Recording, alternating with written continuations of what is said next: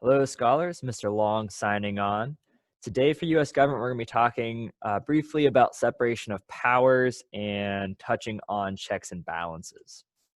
So the first slide here, what is separation of powers? Ultimately, separation of powers is where the duties and responsibilities of the government are divided between different groups within the government. So in this case, in the United States case, we have the legislative branch, the executive branch, and the judicial branch. Each branch is supposed to be specialized in their own area, as hopefully we might recall from civics. The legislative branch, their main role here is to write the laws, go through and edit them throughout a process that we'll talk about later this semester when we talk about the legislative branch in more detail. The judicial branch, their job is to rule on the laws and interpret them, figure out what's constitutional, what's not constitutional, and help kind of edit them at that point after it's been published. And then the executive branch, their job is to implement or execute the laws themselves. So why do we really care about the checks and balances? Checks and balances ultimately in the separation of powers, separation of powers. Separation of powers is designed so that no small group or a minority or one person, it keeps them from taking all the power within the United States government, taking complete control and forcing their will on the majority. Part of the goal of the republic, hopefully if you've been picking up on this theme, is that the majority should rule while the rights of the minorities will always be protected. So a practical example of if the separation of powers didn't exist and all the power of the government was consolidated into one group, one branch, or one individual in this example. The example here, you're driving down 211 going 55 miles an hour, as you should be. A sheriff's deputy pulls you over for speeding. You respond that the speed limit is 55 miles per hour. You weren't speeding. The deputy tells you that he himself changed the speed limit this morning to 45 miles per hour and gives you a ticket.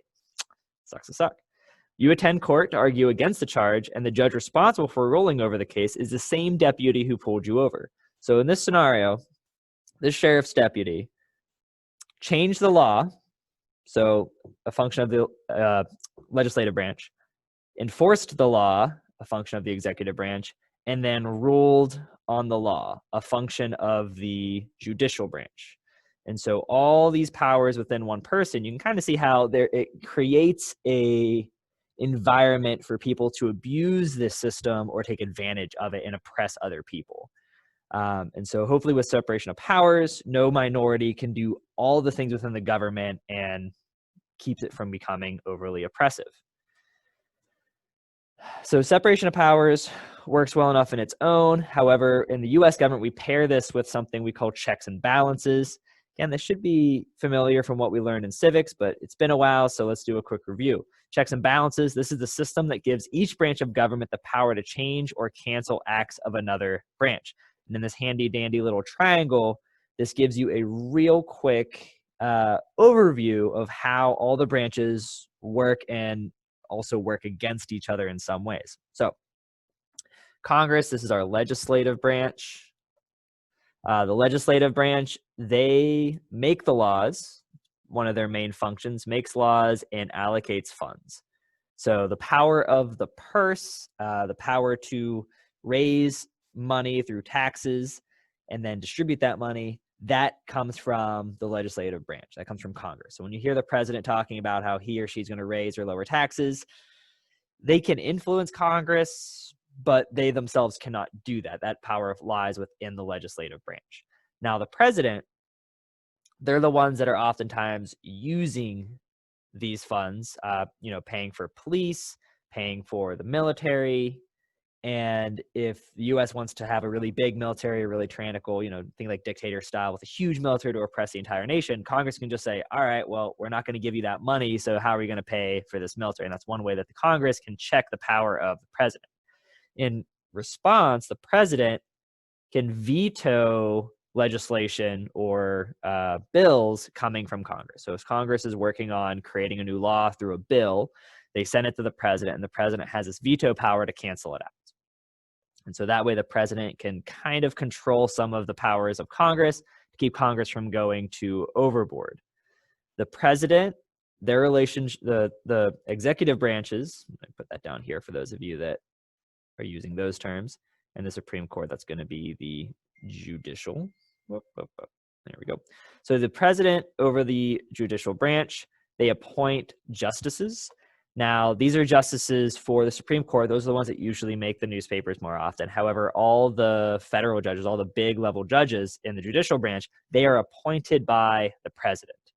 Now, just because a president appoints or nominates a judge does not mean the judge is going to get that position.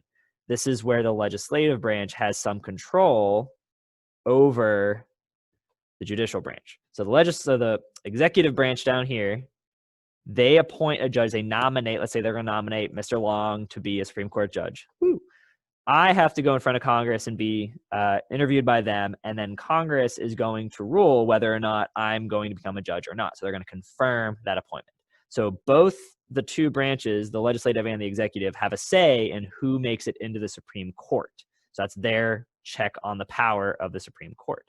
Other way around, the Supreme Court, they are going to rule on legislation.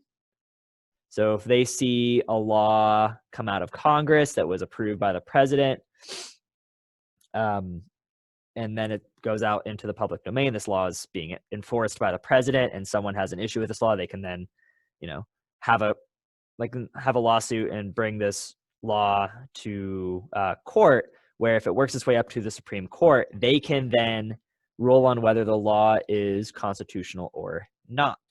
One of the famous examples is Brown v. Board of Education, where some states were saying that it was okay for schools to be segregated between colored children and white children, and the Supreme Court in Brown v. Board came out and said, no, separation, so the segregation is unconstitutional. It overruled a previous court case called Plessy v. Ferguson that we'll be talking a whole bunch more later on this semester. And so this is how the Supreme Court and the judicial branch kind of overrules some of the laws that aren't constitutional or aren't right. And the Supreme Court can also do a similar thing with executive actions or executive orders, where if the president, they have this power with executive actions and executive orders that we'll talk more about when we talk about the executive branch.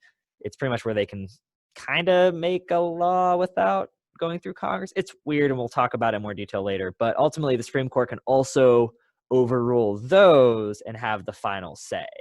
And so every one of these branches has their own special power. Again, Congress is writing the laws, president is enforcing the laws, and the Supreme Court is interpreting the laws.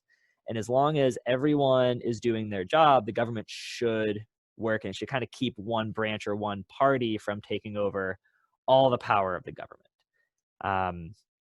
And so that's a real quick summary of checks and balances. Whenever we talk about these different branches in more detail in a future unit, we will go into more depth about what they can and cannot do and how their power is checked by the other branches and how they themselves can check other branches. If you guys have any questions on anything so far, just write it down and we'll talk about it more in class, or hit me up in an email. So here are the check on learning questions for this quick video, just some things I want you to think about.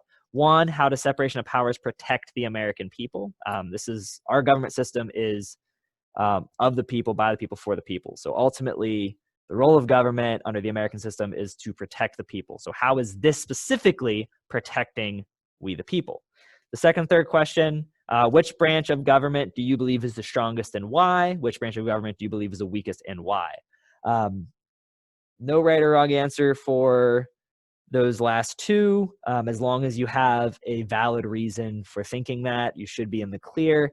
And hopefully, as we work through this semester, we'll readdress some of these questions, and perhaps our opinions will change as we learn more about how government works and the history and the evolution of these branches. But for now, I just want you to kind of reflect on some of the core concepts of writing the laws, enforcing the laws, and interpreting the laws. What do you think is the strongest and weakest, and why? And we'll have hopefully some good discussions in class about some of these ideas. That is all I have for today. Hopefully this was a super short video for you guys. I will see you in class next. If you guys have any questions, hit me up on Canvas or an email. Write down your questions and bring them to class so you don't forget. And hopefully we can rock talk some cool stuff about government. Other than that, I think I'm done. So I'm going to go and sign out. Mr. Long, over and out.